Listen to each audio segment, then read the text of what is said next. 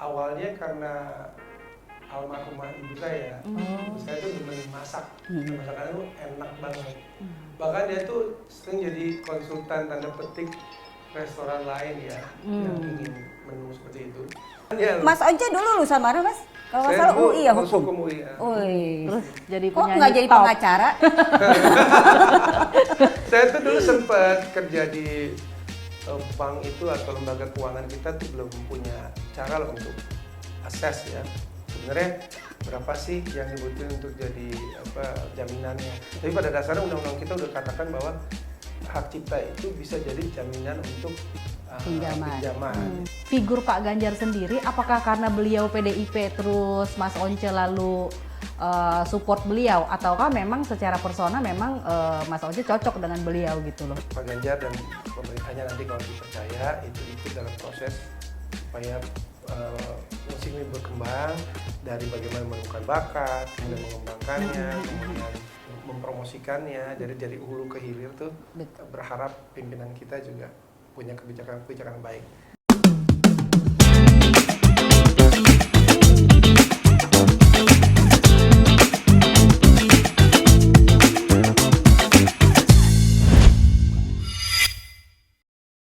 Halo sahabat progresif, balik lagi di podcast kita, program Gotong Royong untuk Ekonomi Sejahtera dan Inklusif. Bersama saya Dina Albens Dan saya Yanti Novianto. Kita hari ini akan membahas seputar dunia usaha dan juga UMKM, juga tentang isu politik yang lagi berkembang. Tentunya juga kita akan membahas tentang Pilpres 2024. Nah, kali ini kita kedatangan bintang tamu yang luar biasa, keren banget. Dan ngehits pastinya. Hits, aduh ini sebenarnya musisi, penyanyi, aku ngefans berat sama beliau. Langsung aja kita sambut Mas Once. Tepuk tangan dulu. Welcome Mas, thank you so much for coming. Terima kasih. Nah, sebelum lanjut, Din, kita mau memperkenalin nih dari teman-teman UMKM progresif, Mas. Ini dari Pontianak. Oh ini. Ini ada tas, Terus ada minuman. ada minuman.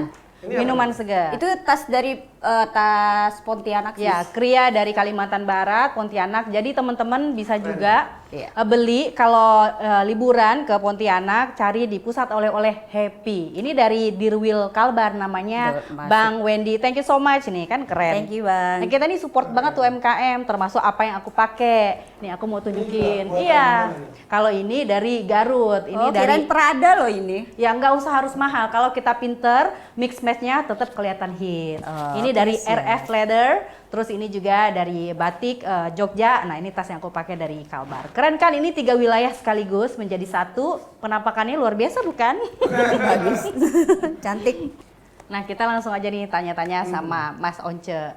Mas Once kan mulai karirnya dari musisi nih, terus kita juga dengar Mas Once ada bisnis, Iya. ada kafe di BSD. Itu keseruannya gimana sih? Karena kan biasanya kalau public figure buka usaha, udah pasti rame. Bener gak sih? Gimana Mas cerita Ada pengaruhnya keseruannya? nggak, Mas? Sebenarnya awalnya karena almarhumah ibu saya. Ibu saya tuh demen masak. Dan masakannya tuh enak banget. Bahkan dia tuh sering jadi konsultan tanda petik restoran lain ya yang ingin menu seperti itu. Pokoknya dia makanannya enak banget ya. Jadi, Sekarang masih? nah, sekarang restorannya udah ada. Tapi sayangnya waktu kita buat restoran itu ibu saya udah nggak ada. Oh. Nah, tapi sebelum kita bikin restorannya, dia datang, terus lihat lokasi, terus dia bilang ke kita kan adik kakak berlima. Oke. Oh iya. Kayaknya kalian bagus nih bikin usaha di sini gitu. Mungkin restoran bagus nih. Ya udah, kita bikin aja. Sayangnya dia udah almarhum udah meninggal, ya udah. Kita lanjutkan bikin dengan Jadi, resep-resep dia yang beberapa yang sudah kita pelajari. Kakakku juga pintar masak gitu kan. Juga Usaha keluarga lah ya. Tambah menu dari saudara-saudara. Memang menolong sih ketika orang tahu ada public figure yang Iya, punya. Langsung gitu. rame ya, langsung untung Rame ya, lah. untung banyak. Cuma memang kayaknya ya, memang resto itu 2 tahun pertama tuh Bagus saat ya? yang krusial tuh. Ya, Iya, maksudnya betul. biasanya rame. Oke. Setelah itu kita harus lihat lagi perkembangannya gitu. Iya. Sejauh ini sih bagus, karena tempatnya kan tertolong dengan view yang bagus. Iya. Tempatnya tuh kayak di pinggir danau. Oh nice ya. Aku Danau sebelum pernah kecil nanti gitu. next Lokasi time aku main. tempatnya di mana sih? BSD mana, Mas? Di Fanya Park namanya. Oh, Ya, Fanya itu Park. ada danau yang lumayan besar, kalau dikelilingin 1,5 kilo lah. Oh kurang besar lebih ya. gitu. Jadi sambil orang lihat-lihat pemandangan bisa makan. Ini kalau orang udah tua, udah gak khawatir makan banyak, habis makan dia baru jalan-jalan. Oh, oke. Kalau muda jalan-jalan dulu baru Iya, makan. iya, iya. Ada kayak family Ya, family gathering gitu restoran ya. lah, family Kayak restoran. suka nyanyi nggak di situ Mas kalian menghibur? Iya Ada live dong. musiknya? Hari Rabu sama hari Sabtu biasanya ada musik. Oh, ada live musiknya juga. Ada live musik. Mas Itu- nyanyi juga? Iya. Wih, keren Iya. banget. Pantas Sama banyak yang TikTok. datang. Taruh di TikTok gitu. Terus itu masakannya khas Indonesia atau? Indonesia beberapa khas dari Manado, tapi ada juga sop buntut, ada steak juga. Oh. Enggak khas Indonesia banget sih, enggak semuanya itu agak macam-macam ya. Iya. Ada sop buntut, sop iga, Aduh, enak banget. Ada cakalang. ada cakalang juga. Cakalang apa becok? Terus ada Seru apa? tuh. Ya macam-macam ya. Macam-macam lah. Iya. Ya emang kalau usaha kuliner itu seru banget ya karena Seru sih. Iya untuk family juga pasti kayak weekend tuh udah pasti rame acara keluarga di sana kan. Iya, untuk memang makanan.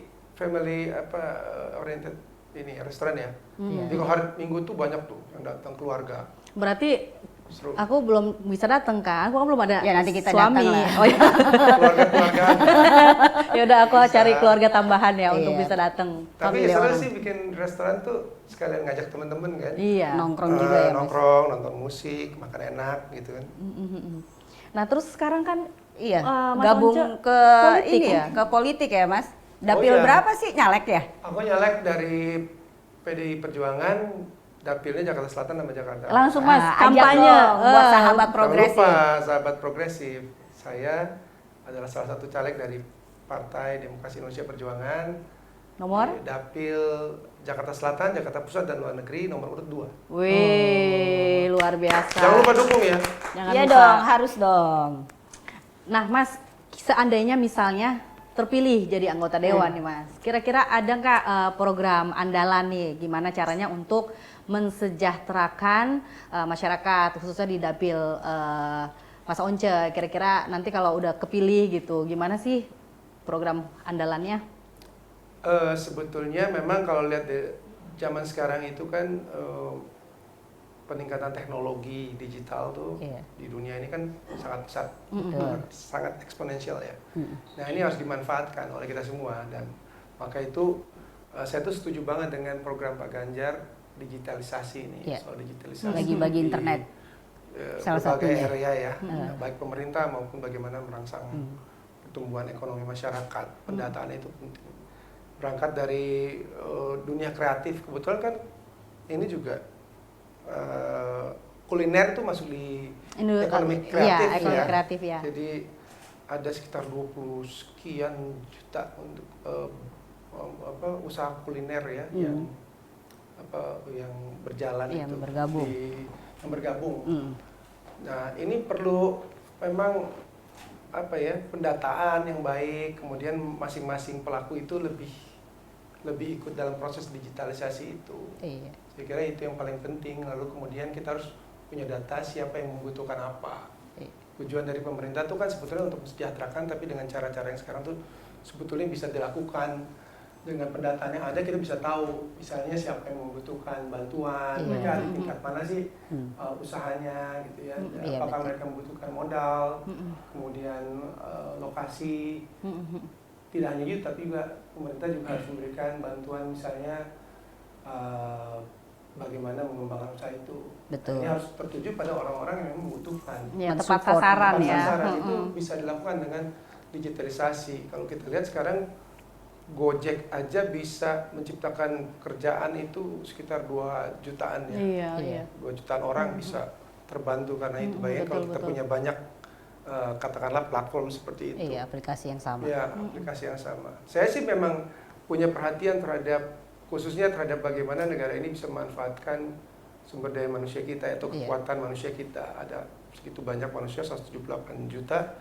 Tapi saat ini kita masih punya sekitar mungkin 25 juta manusia Indonesia hidup di bawah garis kemiskinan, pengangguran kita 8 juta.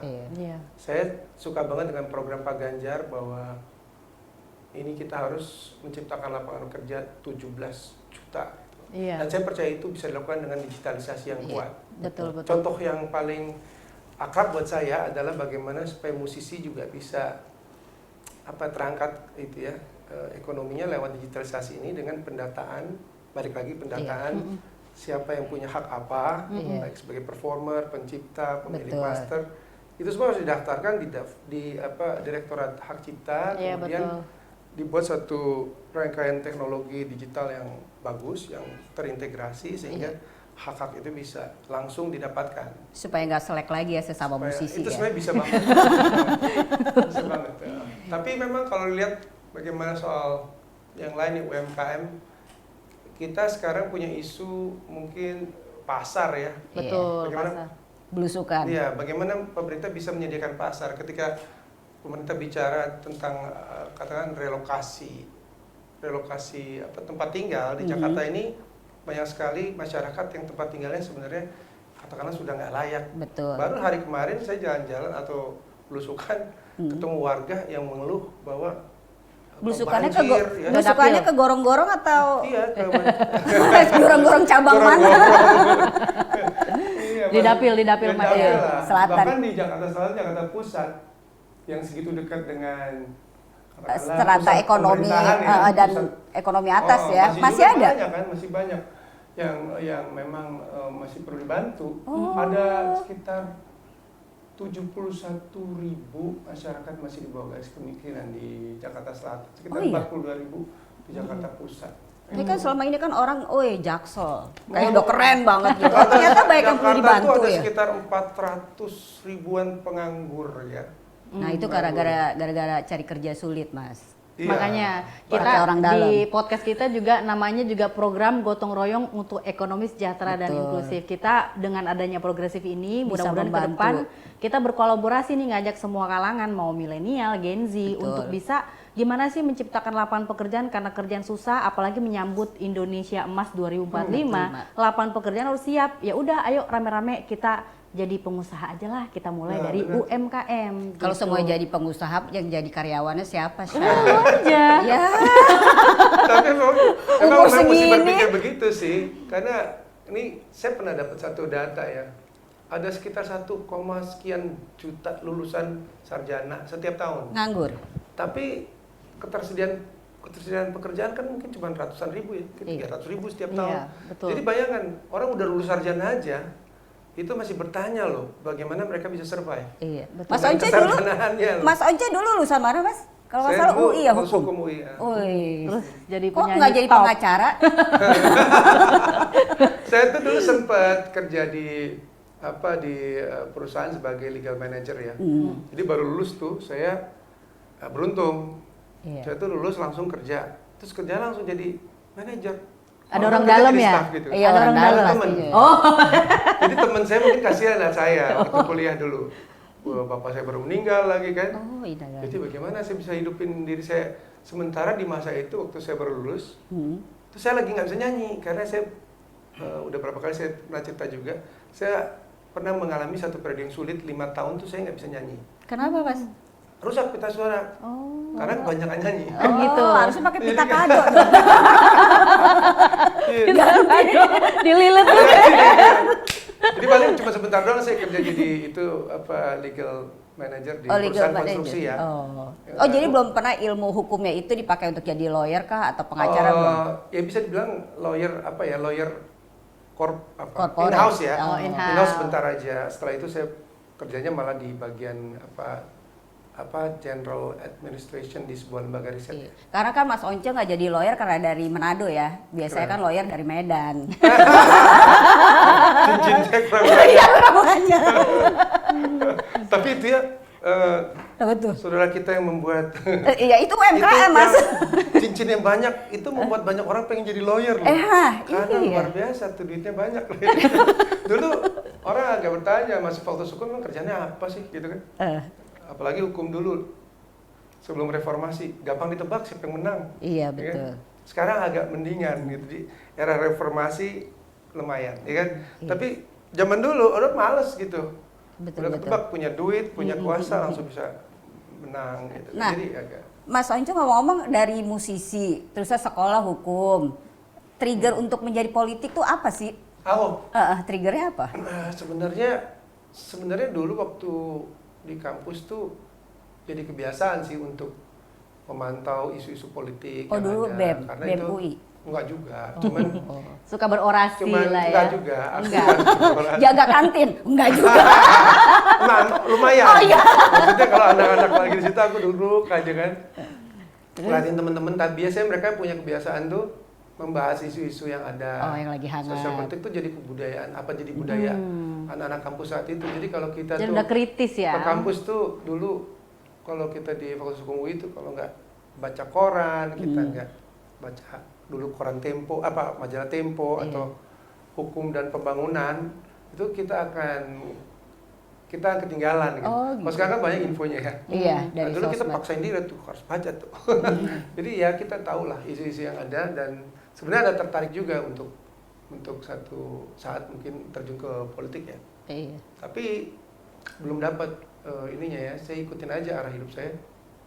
Nah, waktu itu ditawarin, ya udah kita ikut. Dan sebenarnya ini nggak mengada-ngada. Memang sebetulnya karena saya merasa hidup saya beruntung. Oh, Hidup saya beruntung, alhamdulillah oke, penghasilan bagus, saya punya pekerjaan oke. Nah, mungkin ada saatnya saya bisa mengabdikan atau memberikan balik ya. Hitung-hitung gini, saya kuliah aja cuma 190.000 tiap 6 bulan. Oh ya, satu semester? Satu semester bayar kuliah cuma 180.000. Uang mahasiswa 10.000. Itu tahun berapa, Kos paling Mas? 30.000. Jangan diceritain lah. Ini Oh, udah masih umur ya? Ini Gen Z, Gen Z. Gen Z aku. Oh, oke. Jadi tuh murah banget, bayangin nggak? Bayar uang kuliah 180.000 per 6 bulan. Mahasiswa 10.000 uang mahasiswa. Aku kalau bangun 250.000 dulu. Jadi selalu bayar uang kuliah sendiri gitu kan. Artinya Tapi mungkin dulu nilai segitu gede kali ya. enggak. Enggak ya? Enggak, kelahiran tahun 7 berapa sih, Mas? Penasaran deh kayaknya. Enggak setelah itu kali. Oh, enggak setelah itu. Nah, berarti kan masih milenial. Jadi murah, ya, artinya ya banyak yang udah saya dapetin gitu ya. Tapi Kesempatan job untuk masih belajar juga. banyak job. Kirain tadi masuk ke politik jobnya udah sepi. Enggak Kayaknya ya? sih belum ya. Makanya masih ingat sama tahun Belum senja ini. Belum senja. belum senja. Menuju Masih maghrib lumayan lah. Enggak lah, ini masih hits, masih banyak ini. Masih oke lah. Sekaligus juga memang mungkin kalau saya ikut politik itu bisa bantu-bantulah di sektor yang paling dekat dengan saya, sektor musik, Iya, betul. kreativitas, anak muda, ya mungkin sektor budaya juga. Gimana supaya semua itu meningkat sih? Karena pandangan saya gini, kalau orang kreatif aja nggak bisa survive di negara ini, bagaimana nggak kreatif? Betul. Iya, kan? betul, Iya. betul. Artinya kalau Anda nggak kreatif, Rebahan, kemungkinan Anda akan ikut kerjaan orang kreatif. Gitu Iya. kan. Lah ya orang kreatifnya, bagaimana nasibnya? Jadi harus kita bikin platform semua rapi untuk supaya yang kreatif ini jadi lokomotif untuk yang nggak kreatif. Iya. Artinya nggak ada yang salah. Betul. Yang kreatif harus bisa bantu supaya banyak lapangan kerja. Kalau bicara UMKM tuh, saya ngelihat ya meskipun saya nggak cukup lama berkecimpung di dunia ini ya, restoran Iya, kuliner. atau usaha UMKM seperti ini nih. Tapi selalu saya berpikir gitu, harusnya ada perlindungan tentang hak-hak milik intelektual yang lebih lagi untuk supaya merangsang UMKM itu tumbuh. Iya, Artinya kalau betul. orang punya tas desain seperti ini, dia harus bisa melindungi desain ini. Masuk Ya kan? haki ya, Jadi kayak salah jangan satunya. orang niru sembarangan ya. Ini kan Betul. juga orang punya desain harus dilindungi. Iya, betul, Kemudian merek mereka ketika mereka bikin toko, kemudian bikin warung atau apapun ya, merek sendiri itu harus lebih dilindungi supaya ada gairah. Betul. Bahkan merek tuh mungkin aja ya, mungkin ya. Sekarang belum ada aturannya. Mungkin juga bisa jadi jaminan ya Iya. untuk pinjaman. Pinjaman kur. Bisa ya? Iya, Tapi bisa. sekarang belum diatur itu. Kalau musik udah ada. Oh Sudah iya. ada ya. Musik tuh jadi gini. Itu pakai apa kontrak? Kalau hak cipta tuh udah ada sebenarnya. Hak cipta artinya kalau kita punya katakanlah karya musik, ini menurut undang-undang ya. Iya. Itu Kan bisa belum jadi, lama kan ini disahkannya, belum lama. kurang lebih 2014. Tapi belum jalan banget karena bank itu atau lembaga keuangan kita tuh belum punya cara lah untuk akses ya. sebenarnya berapa sih yang dibutuhin untuk jadi jaminannya. Tapi pada dasarnya undang-undang kita udah katakan bahwa hak cipta itu bisa jadi jaminan untuk pinjaman. Itu namanya fidusia ya. Iya, karena setahu saya kan kalau artis atau orang kreatif itu pada saat pinjaman ke bank kan agak sulit kan, karena dia kayak artis itu kan nggak punya yang namanya slip gaji. Iya, nggak punya. Nah, itu agak dipersulit tuh untuk ambil mobil aja bingung. Iya, makanya aku bilang tadi kalau yang kreatif aja susah enggak gitu.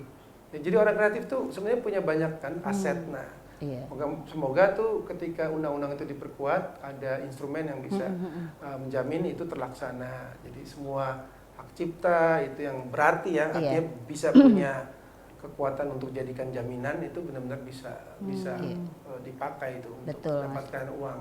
Demikian juga untuk hak milik intelektual lain, baik itu inovasi atau merek barangkali gitu.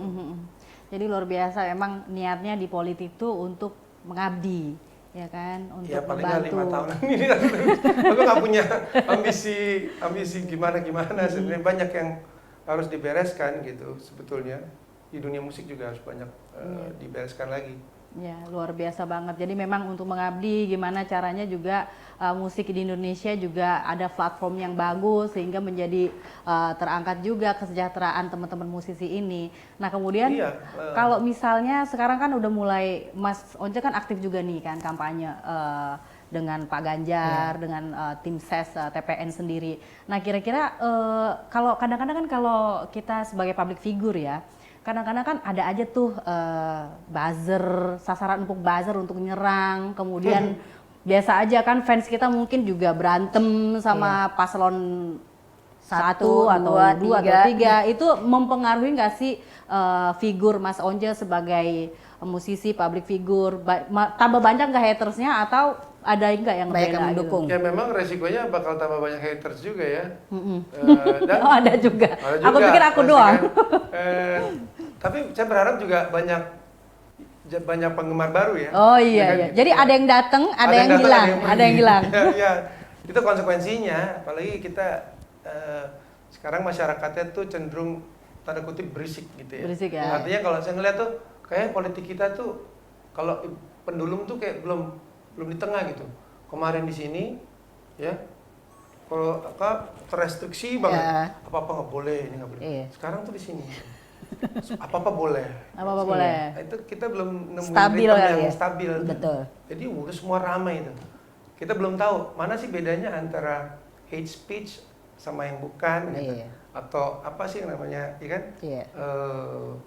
Orang memfitnah atau enggak gitu. Itu apa sih bedanya konteks orang berkomedi atau menghina? Belum gitu. ada pakem-pakemnya. Jadi banyak yang harus jadi aturan dan kebiasaan dan budaya politik.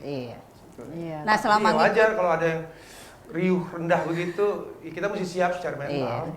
Selama ngikut kampanye Pak Ganjar sama Pak Mahfud, udah nemenin sampai mana, Mas? Paling jauh? Atau udah tidur di rumah warga? Kalau belum tidur di rumah saya aja. Boleh. Sampai minum loh.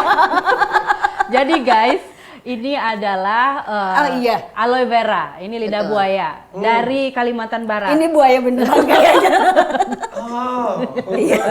Jadi kamu lucu kayak iya dong. Saya dulu mau jadi pelawak, Mas. Iya. Tapi ditikung sama kakaknya. Kalau cantik ya. Kecolok. Tapi mirip nggak sih sama Mas Eko Patrio? Enggak, jauh. Enggak ya? Waduh. Kan saya model, dia pelawak. Itu ada kunjungan di suatu tempat ya, bareng-bareng relawan yang dimana saya juga tergabung tuh, Ekstra Pak Ganjar bikin acara di sana. Terus ya biasa mereka berkumpul, terus Pak Ganjar bicara situ. Belum pernah sih masuk belusukan bareng-bareng Pak Ganjar, belum pernah. Iya. Kan Pak Ganjar kemana-mana. Dia sehari berapa titik ya muter-muter. Nanti saya telepon deh, ajak Mas Once dong Pak Ganjar. Tapi di dapil gua aja. Soalnya waktunya makin dikit. Iya, supaya maksimal ya. Ini tinggal 39 hari lagi nih persiapannya harus bener-bener harus sudah mantap. Tapi memang Mas Once ini kan di relawan Ekstra Pak Ganjar ya, banyak juga tuh teman aku di situ. Ada Aura Kasih, ya kan, ada Ade, banyak banget, seru banget di sana. Kegiatannya juga macam-macam kan, Mas? Iya, kadang-kadang kita kumpulin teman-teman penulis ya, dari komunitas penulis tuh. Ya, ngobrol-ngobrol di situ, ya, macam-macam lah. Tentunya juga banyak dong aspirasi dari musisi ke Pak Ganjar gitu. Kira-kira apa sih yang diharapkan dari musisi-musisi Indonesia ini ke paslon nomor 3? Musisi itu secara khusus minta supaya Pak Ganjar ya bisa jadi presiden yang peduli banget tentang industri musik. Karena industri musik itu masih katakanlah ya sebenarnya potensial sekali tapi masih catat malu. Yang diharapkan adalah pimpinan kita itu adalah aktor utama. Itu yang pertama. Jadi dia menjadi aktor utama pengembangan.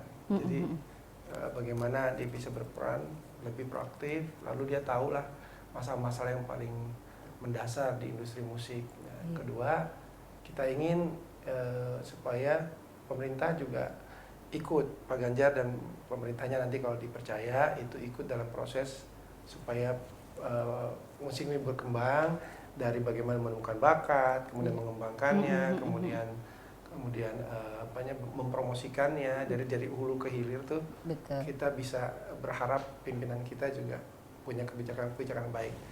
Kemudian bagaimana supaya tadi lagi balik soal royalti, kemudian sistem elektronik itu dibangun sedemikian rupa dengan tertib, dengan mengandalkan orang-orang yang diandalkan atau perusahaan-perusahaan yang terpercaya untuk membangun suatu sistem supaya royalti itu bisa disalurkan dengan baik. Betul. Ya. Jadi sekarang itu kan kita berharap ada satu sistem namanya SILM, Sistem Informasi Lagu dan Musik. Okay. Nah, ini sebenarnya udah dimulai dari dari bagaimana dikumpulkan itu data-data, dikumpulkan di Direktorat Hak Cipta, kemudian dibangun satu sistem untuk memonitor pemakaian lagu itu. Itu dari semuanya? Nggak kayak tempat karaoke masuk gitu? Ya semuanya.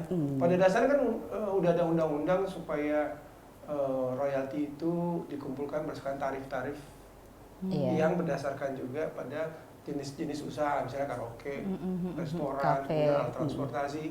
Pada dasarnya semua kegiatan yang melakukan kegiatan ekonomis yang menguntungkan secara finansial atau ekonomis itu harus membayar royalti.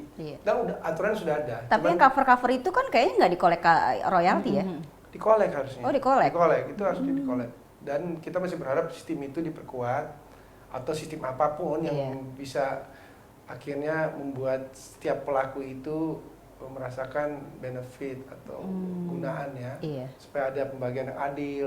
Pada dasarnya kita ingin kalau setiap orang mendapatkan penghormatan atas kerjanya, mendapatkan hasilnya, kita bisa berharap ada gairah, ada kontinuitas. Karena regenerasi musisi penyanyi Indonesia luar biasa, bakatnya banyak sekali dan sebetulnya banyak yang bisa diharapkan dari ekonomi yang berbasis musik ini. Dan juga kita berharap ada infrastruktur yang baik, misalnya katakanlah gedung-gedung kesenian yang lebih baik, yang hanya terpusat di Jawa tapi sampai di daerah-daerah, harus Indonesia sentris lah ya. Supaya ada budaya pertunjukan yang bagus. Sama seperti kalau kita nonton atau drama yang terkenal dari luar negeri atau opera terkenal seperti Sound of Music atau katakanlah Phantom of the Opera, itu bayangkan nggak yang bikin drama itu dari awal mendapatkan royalti luar biasa ya. Dan dia hanya tinggal duduk aja. Betul. Drama itu berputar di seluruh dunia, pertunjukannya semua itu kan mendapatkan ini penghasilan ya. Ya buat tabungan masa tua juga ya. Bukan hanya untuk artis atau feature artis. Iya kan sekarang banyak juga musisi yang sudah tua akhirnya kesulitan hidupnya ya Mas ya. Banyak banget jadi, gitu loh dan harus dibantu. Banyak harus dibantu. Jadi harus dibantu karena karena kita mampu untuk membangun itu sebetulnya. Ini butuh dorongan. Butuh dorongan ya. Support dari pemerintah pastinya. Gitu. Aku rasa juga Pak Ganjar adalah sosok yang tepat ya karena beliau ini kan juga suka musik. Dan beliau bisa nyanyi juga gitu. Dan menurut aku figur beliau sih yang paling cocok lah untuk bisa membantu tantangan-tantangan tadi kan mengenai musisi gitu kan. Dengan platform yang udah dicanangkan sama tim-tim teman-teman musisi tadi. Nah, untuk Mas Once sendiri, kan Mas Once memang di PDIP kan. Nah. Kalau untuk figur Pak Ganjar sendiri, apakah karena beliau PDIP terus Mas Once lalu support beliau, ataukah memang secara persona memang Mas Once cocok dengan beliau gitu loh? Udah ngena di hati. Ya, secara personal saya sangat cocok dengan apa yang mereka di beliau miliki ya. Nah, iya. Dari kepribadiannya, dia tuh sederhana, merakyat, Iya. Pasti punya itu. integritas, jujur, dan profesional. Artinya bisa bekerja cepat gitu, Cepat, menyelesaikan cepat, masalah-masalah yang lain. Itu yang paling penting. Ya, bukan hanya dia satu partai kan saya sih. Saya percaya banget bahwa dia tuh punya karakter, kapabilitas yang lebih dari cukup. Iya. Pengalaman, ya, yang penting kan, punya pengalaman 2 kali jadi anggota legislatif, 2 kali jadi pimpinan daerah. Iya, track record. Jumlah penduduknya juga besar. Jadi bukan pimpinan daerah yang jumlahnya kecil, penduduknya ini besar kan. Iya. Jawa Tengah itu kan nomor 3 Iya. terbesar di Iya, betul. Indonesia dengan kompleksitas masalahnya. Jadi ibaratnya dia udah pernah jadi Ya. presiden kecil Betul. gitu. Track recordnya Track jelas. recordnya ya, maksudnya kan, meskipun cuma ukurannya gubernur, track recordnya jelas, tidak punya catatan yang gelap Betul. soal hak asasi manusia atau catatan gelap soal politik yang diskriminatif dan sebagainya. Sama sekali nggak ada. Dan pendampingnya juga cocok ya, Pak Mahfud. Apalagi, dan kebetulan saya dari latar belakang hukum, Pak Mahfud dan Pak Ganjar juga dari latar belakang hukum ya. Iya. Dan artinya kalau kita sering dengar apa yang dikatakan Pak Mahfud, 50% atau setengah dari permasalahan kita akan selesai kalau kita punya kepastian hukum. Betul. Dan pembangunan hukum kita baik ya. Iya. Supaya usaha-usaha itu lebih Berkembang. berkembang. Lah ya. Kalau misalnya korupsinya berkurang, otomatis kan korupsi juga apalagi. iya. Apalagi dana-dana yang harusnya tidak dikorupsi kan bisa dimanfaatkan untuk mungkin ya tadi pengembangan Banyak. musik di Indonesia bisa lebih bagus, mungkin revitalisasi, mungkin teater-teater yang mungkin udah kurang bagus bisa lebih bagus, kemudian juga bisa juga pendanaan kur-kur UMKM Benar. bisa lebih besar. Tadinya mungkin paling kecil 45 juta, barangkali bisa lebih besar daripada itu. Bukan Benar. pendanaan buat keluarga sendiri ya. Iya, jangan dong. Kan masih banyak orang yang ini, masih ada yang butuh. Dan yang saya senang dari Pak Ganjar sejak awal, dia punya paling tidak yang saya tahu itu 3 pilar ya. Pemberantasan korupsi, Iya. kemudian digitalisasi, dan penambahan anggaran. Ya, ini 3 nih. Dari 3 ini semua program itu bisa dijalanin. Iya. Ya, jadi program-program. Penambahan anggarannya itu tadi ya untuk tepat sasaran orang-orang yang membutuhkan. Iya. Iya. Salah satunya UMKM ya. UMKM. Ya, penambahan anggaran supaya negara bisa mensejahterakan. Karena kita ini negara kesejahteraan. Iya. Kita ini bukan negara jaga malam. Ya benar, itu konsep itu dikenal oleh teman-teman hukum tuh. Apakah negara kita negara kesejahteraan atau negara jaga malam? Jaga malam tuh artinya peran negara tuh sedikit banget gitu, sangat sedikit, ya. Sesedikit mungkin katakanlah begitu. Negara kita tuh welfare state gitu. Kita tuh memilih untuk negara kita melindungi kita, terjun langsung ikut dalam mensejahterakan masyarakat gitu. Dan kalau misalnya negara kita bisa lebih aktif ya, khususnya dalam mensejahterakan itu kan bagus ya. Iya. Iya, bagus. Itu kepastian hukum penting. Iya. Dan lagian sekarang juga untuk kampanye politik juga kita lihat juga di semua sosmed rata-rata memang Pak Ganjar dan Prof Mahfud itu menggalakkan banget yang namanya satset anti korupsi. Nah itu mudah-mudahan jadi bisa memikat hati para pemilih milenial dan Gen Z bahwa memang di pasangan nomor 3 itu menitik beratkan untuk bebas korupsi. Iya betul. Pak Ganjar juga kan menjanjikan untuk terciptanya 17 juta lapangan kerja ya. Iya. Ya, itu bagus loh. Bagus. Karena kan ada 8 juta ya penganggur. Kalau bisa menciptakan 17 juta itu Kelebihan banyak itu. hebat. Dan dengan target ekonomi 7%. Ya, ya. 10 juta hunian baru untuk masyarakat. Nah, itu perlu juga diimbangi dengan bagaimana menciptakan ekosistem ekonomi yang baik dalam hunian baru itu ya. Iya. Jadi orang jangan disuruh tinggal tempat lain tanpa Tapi nggak ada kerjaannya. nggak ada kerjaannya kan susah gitu. Iya. Jadi itu satu yang bagus banget. dari Pak Ganjar, Pak Mahfud. Iya betul. Nah untuk pemilih ya milenial dan Gen Z ini kan rata-rata semuanya pada nontonnya TikTok, ya kan? IG. Iya sosmed lah. Kamu nontonnya apa? Aku semua aku tonton. Iya. Mas Once sering ini live TikTok. Live TikTok. Jarang sih. Harusnya Jarang. gini-gini Iya sih, mau nyoba. Pasti Genji milih. Iya. Iya. Tapi sebenarnya seberapa efektif sih campaign di sosmed itu kan sebenarnya nggak terlalu banyak juga orang sebenarnya menggunakan fasilitas itu dari jumlah 280 juta penduduk di Indonesia. Sebenarnya itu kan apakah hanya elektabilitas saja tapi untuk sebenarnya berpengaruh signifikan nggak sih Mas kalau campaign? Aku juga seperti bukan orang sosial media banget ya. Nggak tahu bagaimana sebenarnya di lapangan tuh pengaruh terhadap elektoralnya gimana. Tapi yang aku tahu memang yang namanya politik tuh ada dua hal. Satu hal kita mesti bicara hal-hal yang esensial. Yang kedua memang hal-hal yang sifatnya apa ya sensasi gitu. Sensasi. Sensasional ya. Sensasi. Nah ini mesti berimbang. Aku lihat sekarang ya. Kalau Mas sendiri gimana? Kalau saya campaign-nya kadang-kadang di sosmed. ini kok kebanyakan esensial, ntar pada suntuk lagi lihat sosial media. Jadi kita mesti seimbangkan kan sama yang jadi turun juga. ringan-ringan juga Yang gitu, nyantai, yang joget-joget kan akhirnya. sensasional gitu. Itu yang terjadi sekarang seperti itu. Iya. Dan kalau aku lihat ya, memang lebih bahaya lagi sekarang. Sekarang kan zaman TikTok sama Instagram. Betul. Ini beda, sekitar 2014-2019 mungkin masih YouTube dan Twitter ya lebih Iya, banyak. sama Facebook mungkin. Sekarang pesan-pesan 1 menit itu harus dipergunakan dengan baik tuh. Jadi orang harus pandai banget ngomongnya. Cepat, dalam 1 menit di-capture langsung kemana-mana. Iya, bener, Gitu. langsung FYP itu namanya kalau di TikTok. Apa namanya? FYP, Apa itu?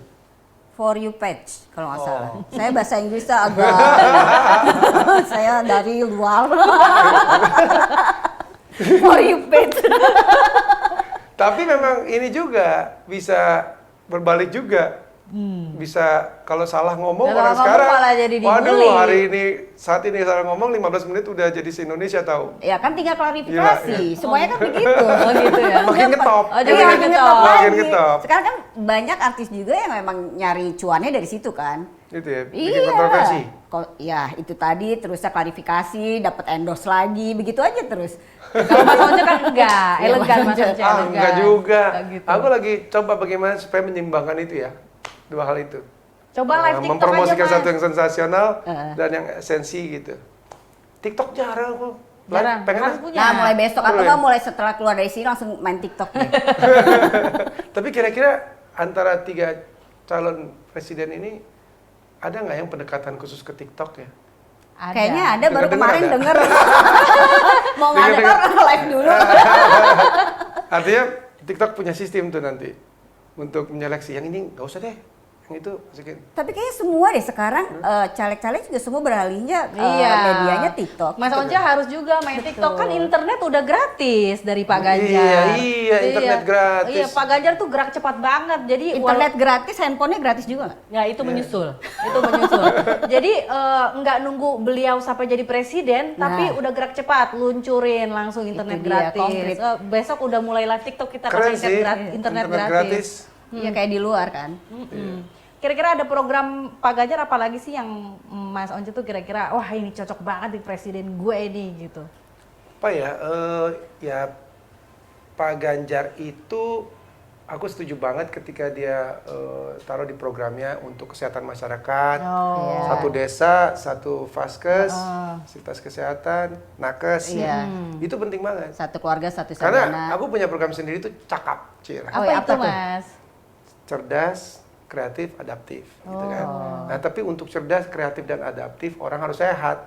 Betul, Bagaimana sehat kita dulu. membangun negara ini dengan orang-orang yang kebanyakan sakit. Itu bisa membebani BPJS kita. Tahu nggak? 10 triliun kalau nggak salah yang saya dapat ya data ya. Mungkin dikoreksi kalau salah. Itu diperuntukkan untuk penyakit-penyakit yang disebabkan oleh polusi udara. Bayangin iya, nggak sih? iya, iya. Iya kan? Iya emang 10 lagi triliun kemarin. itu untuk penyakit yang disebabkan oleh polusi udara. Betul. Ya. Pagi panas, Pernafasan. pagi panas, siang kedinginan, malam kangen. Kamu bapak Lagi ibunya musim. lucu ya? Oh, adik kakak lucu semua sih. Nggak masa sih. Tapi yang lagi musim, cuacanya lah nggak menentu. Bener. Minum dulu. Minum dulu lidah buaya. Ini Iya. kebanyakan lidah buaya nih nanti. Iya, minum. Aduh, Ya, keren banget hari ini kita. Ya memang kesehatan tuh buat aku penting. Kesehatan, iya bener-bener sehat jiwa dan pikiran juga. Iya, penting banget tuh.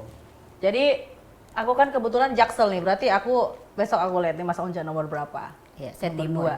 Bagi-bagi tugas ya. Nomor 2 kan? Nomor 2 dong. Nomor 2 dong. Nggak Untuk- nyesel. Nggak nyesel. Di Jaksel ada Once Mekel. Tapi ini Mas, Bawa bekal. lo mau pantun. Udah, ini gara-gara Jangan ikut bandel. Ya jangan bandel. gara-gara ikut Mas Andi, kita kan juga kolaborasi nih Mas sama P3. Kemarin kita ke Sukabumi. Ini udah berkali-kali kita turun Iya. sama Mas Andi. Nemenin Mas Andi. Udah jago pantun nih. Coba Enggak, pantun. enggak, cuma apalnya pe. Tapi Mas Andi jago loh pantun. Jangan kamu yang ngasih Dan itu. dia tuh langsung gitu loh. Orang kamu apa langsung nangkep, itu luar biasa memang. Iya, jago. Kayaknya dia ngambil guru private deh buat ke Untuk rumah. Iya. Mas Andi. Kayaknya tiap kali kunjungan dia nggak bikin pantun Iya. baru. Enggak, setiap acara Mas, kemarin acara di Jakarta Theater juga pantun juga. Pantun juga langsung. Iya. Acara TPM. Kemarin iya. Oh, Aku iya, pernah lupa, lihat nggak ya dateng. pantun. Dia nggak datang. Aku lagi di luar negeri, lagi Oh, iya. holiday. Oh ya, holiday. Holiday. Nah, sekarang kali mungkin ada quote Mas buat teman-teman progresif kalau punya, kalau enggak juga nggak apa-apa sih. Apa ya? Quote Saya apa nyerah. ya? Buat Ya kali buat ngajak untuk gitu loh. menyemangati semua Gen Z milenial untuk jadi pengusaha UMKM. Ah, itu penting tuh, memang. Enggak, sebenarnya enggak semua mau jadi pengusaha tuh susah. Oh, takut modal, takut ini karena banyak banget sektor usaha yang bisa dimulai. Kan kalau ekonomi kreatif banyak banget, ada 17 macam, bisa kuliner aja bisa macam-macam, jus kedong-dong, mungkin sate. Jadi nggak perlu modal mahal sebetulnya. Dan bisa juga jadi content creator gitu loh. Jadi mungkin Mas Once bisa menyemangati sahabat progresif nih untuk Tapi tadi udah diambil partnya Madina, udah menyemangati juga. Udah, tadi. ya. Enggak, ini kan kata-kata Mas Once, kata-kata aku kan lain lagi. Ayolah. Ya sebenarnya Nih Mas, kameranya yang ini Mas. kalau kita mau berusaha, yang penting tuh teman-teman ya, khususnya yang masih muda ya, yakini aja bahwa kita punya cukup kesehatan. Betul. Kesehatan cukup tuh modal. Yang lain Balik bonus lagi ya. kesehatan ya kan. Kesehatan tuh modal. Jadi kalau kita usianya muda itu pun modal. Artinya kita bisa gagal berkali-kali dan tetap bangkit lagi. Iya, setuju. Itu satu hal yang penting untuk anak-anak muda tahu. Jadi dan kita punya visi satu yang kita harus bangun. Pertama, visi itu harus kita buat cukup jauh ke depan. Misalnya katakanlah dalam 5 tahun paling tidak ya, atau bisa lebih jauh.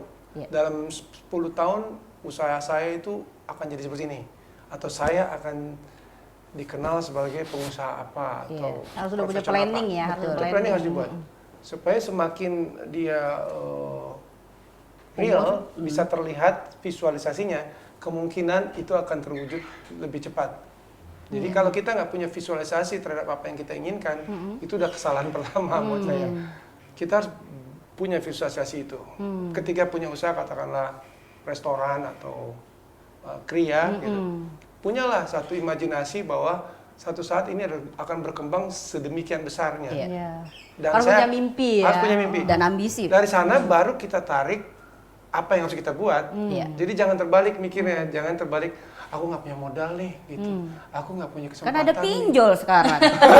Buat modal. Coba, itu mesti ditertibkan juga tuh pinjol. Iya, iya. Supir saya ketipu Kelilit. juga. Iya, Kok ketipu? Ketipu bagaimana sih? iya pinjol-pinjolan. Oh. Biasa lah itu. Ya udah pinjem sama Mas Once aja, kepala ketipu. Ya jadi memang seperti itu ya. Tetapkan sasaran. Iya. Nggak usah peduli dengan apapun yang harus dilakukan, dimiliki. Itu Iya. nomor 2. Betul. Tetapkan sasaran dan mimpi itu paling penting. Paling penting baru kita tetapkan sasaran-sasaran kegiatan. Iya. Kegiatan yang kita lakukan 5 tahunan, 1 tahun, per bulan, per minggu, dan per hari. Iya. Kalau nggak punya apa-apa, nggak apa-apa. Kalau belum punya modal, nggak apa-apa. Aku ajarkan sama anakku. Gimana caranya, Mas? Ada 2 skill paling penting ternyata di dunia ini. Apa pelihara tuyul atau babi? Dia lagi serius. Ya itu bagus juga. Kamu cocok. Jadi Kan ternak. aku juga skillnya sih sederhana. Apa tuh?